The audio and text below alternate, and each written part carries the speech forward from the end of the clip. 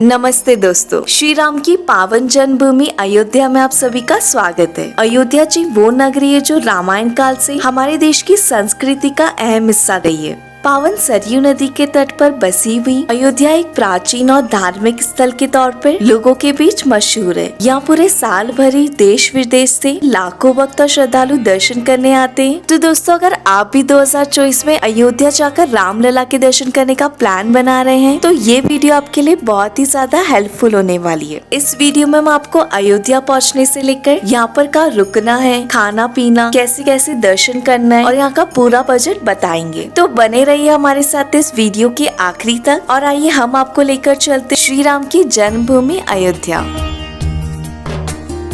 आइए हम सबसे पहले बात करते हैं कि आपको अयोध्या कैसे पहुंचना है। दोस्तों, अगर आप बाय ट्रेन आना चाहते हैं तो अयोध्या में आपको 2 रेलवे स्टेशन देखने को मिलते हैं। एक तो है अयोध्या जंक्शन और दूसरा है अयोध्या कैंट जंक्शन। दोस्तों, अयोध्या जंक्शन तो एकदम शहर के अंदर ही आता है, पर अगर आप अयोध्या कैंट रेलवे स्टेशन पर आते हैं तो वहाँ से आपको ऑटो या फिर ई रिक्शा के द्वारा 40 से 50 रुपए देकर मुख्य अयोध्या शहर या नए घाट चौराहे तक आना होता है। अगर आप बाय रोड आते हैं तो आप आस पास के शहरों से या फिर दिल्ली से बस के द्वारा अयोध्या आ सकते हैं। आप अपनी बस से अयोध्या बाईपास चौराहे पर या फिर अयोध्या कैंट बस स्टेशन पर उतर सकते हैं। इसके अलावा आप अपनी गाड़ी या फिर टैक्सी के माध्यम से भी अयोध्या पहुंच सकते हैं। बात करें फ्लाइट की तो यहाँ का जो नियरेस्ट एयरपोर्ट पड़ता है वह है लखनऊ एयरपोर्ट। तो आप लखनऊ के एयरपोर्ट पर आकर वहाँ से बस, ट्रेन या फिर टैक्सी लेकर अयोध्या आराम से पहुँच सकते हैं। आप सभी भक्त अगर अयोध्या सुबह सुबह पहुँच जाते हैं तो आप पूरे दिन भर में सभी मंदिरों के दर्शन कर शाम को सरयू नदी की आरती में शामिल होकर रात तक अपने अपने शहरों के लिए वापसी की यात्रा कर सकते हैं। परंतु अगर आप यहाँ पर रुकना चाहते हैं तो आप यहाँ पर 1 या 2 दिन का नाइट स्टे भी बना सकते हैं। अयोध्या पहुंच जाने के बाद आप सबसे पहले पहुंच जाइए यहाँ के नए घाट चौराहे पर। दोस्तों, इसे लता मंगेशकर चौराहा भी कहा जाता है। यहाँ पर आपको 40 फीट लंबी और 14 टन वजनीय वीणा की स्टैचू देखने को मिलेगी। यहीं पर पास ही में राम की पैड़ी स्थित है। ऐसी मान्यता है कि अयोध्या के सभी मंदिरों में दर्शन करने से पहले आप यहाँ पर सरयू नदी में डुबकी जरूर लगाइए। श्रद्धालुओं का ऐसा मानना है कि यहाँ पर स्नान करने से आपके सारे पाप धुल जाते हैं। तो इसके बाद हम चलते हैं हनुमानगढ़ी की ओर। नए घाट चौराहे से अब 10 रुपए देकर आसानी से ई रिक्शा से हनुमानगढ़ी पहुंच सकते हैं। दोस्तों, हनुमानगढ़ी, श्री राम जन्मभूमि मंदिर, कनक भवन और दशरथ महल 1 से 2 किलोमीटर की रेंज में ही आते हैं और आसपास ही स्थित है। ऐसा माना जाता है कि राम जन्मभूमि मंदिर दर्शन करने से पहले यहाँ पर हनुमान जी के दर्शन करने चाहिए। लंका विजय करने के बाद जब भगवान राम अयोध्या आए थे तब से हनुमान जी यहीं पर विराजमान है और राम जन्मभूमि और रामकोट की रक्षा करते हैं। इसी कारण इसका नाम हनुमानगढ़ी पड़ा है। इसे बजरंगबली का गढ़ भी कहा जाता है। मंदिर के बाहर ही आपको प्रसाद की बहुत सारी दुकानें भी देखने को मिल जाएंगी। तो आप यहाँ से प्रसाद लेकर चाहे तो अपने जूते चप्पल इन्हीं दुकानों पर रख के आगे बढ़ जाइए मंदिर की ओर। हनुमानगढ़ी मंदिर राजद्वार के सामने ऊंचे टीले पर बना हुआ है। ऊपर मंदिर तक पहुंचने के लिए हमको 76 सीढ़ियां चढ़नी होती है। इस मंदिर की सभी दीवारों पर हनुमान चालीसा और चौपाइयां लिखी हुई है। पवन पुत्र हनुमान यहीं पर रहते हुए अयोध्या धाम की रक्षा करते हैं। मंदिर के प्रांगण में आपको माता अंजनी की गोद में बैठे हुए हनुमान जी के बहुत ही सुंदर दर्शन होते हैं। ऐसा माना जाता है कि यहाँ पर सभी भक्तों की मनोकामनाएं पूरी होती है। तो आप भी कुछ पल यहाँ मंदिर के प्रांगण में व्यतीत करिए, अपनी मनोकामनाएं मांगिए और सीताराम जी का भजन गुनगुनाते हुए आ जाइए बाहर। आइए अब यहाँ से आगे बढ़ते हैं और प्रस्थान करते रामलला के दर्शन करने श्री राम जन्मभूमि मंदिर की तरफ।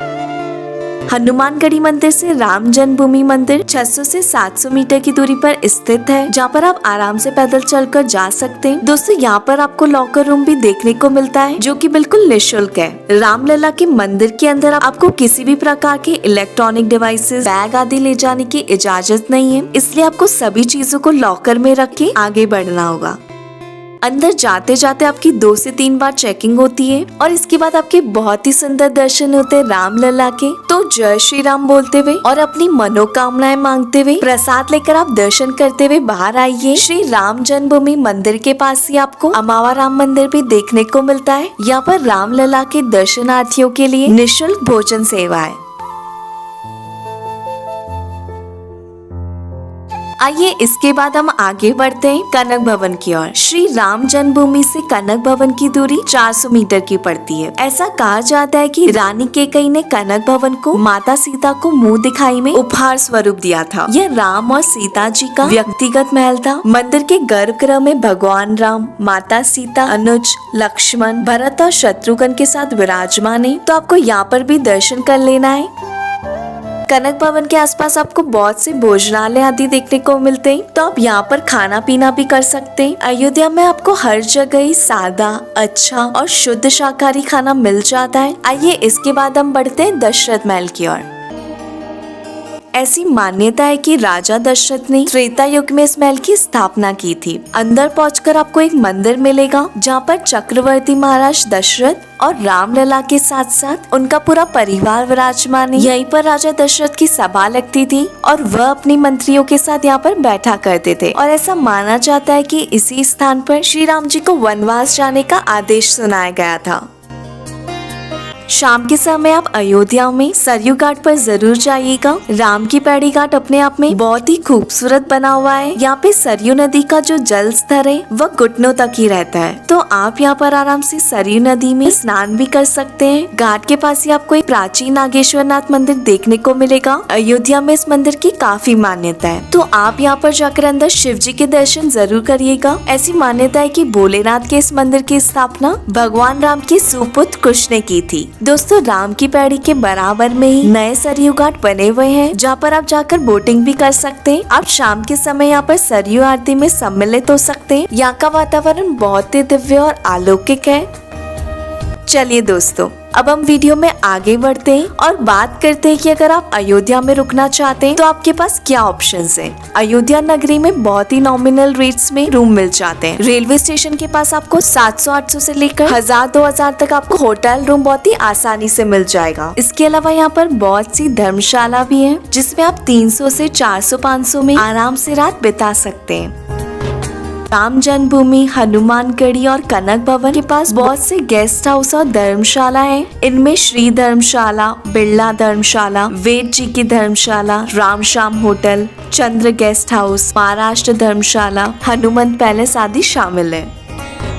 बात करें खाने पीने की, तो अयोध्या में आपको इसकी कोई भी प्रॉब्लम नहीं होने वाली है। यहाँ पर हर जगह आपको शुद्ध शाकाहारी और अच्छा खाना काफी कम कीमत में मिल जाता है। थाली सिस्टम के हिसाब से आप यहाँ पर 100 रुपए में आराम से खाना खा लेंगे। यहाँ आपको बहुत से अच्छे अच्छे रेस्टोरेंट, भोजनालय हर कुछ दूरी पर देखने को मिल जाएंगे।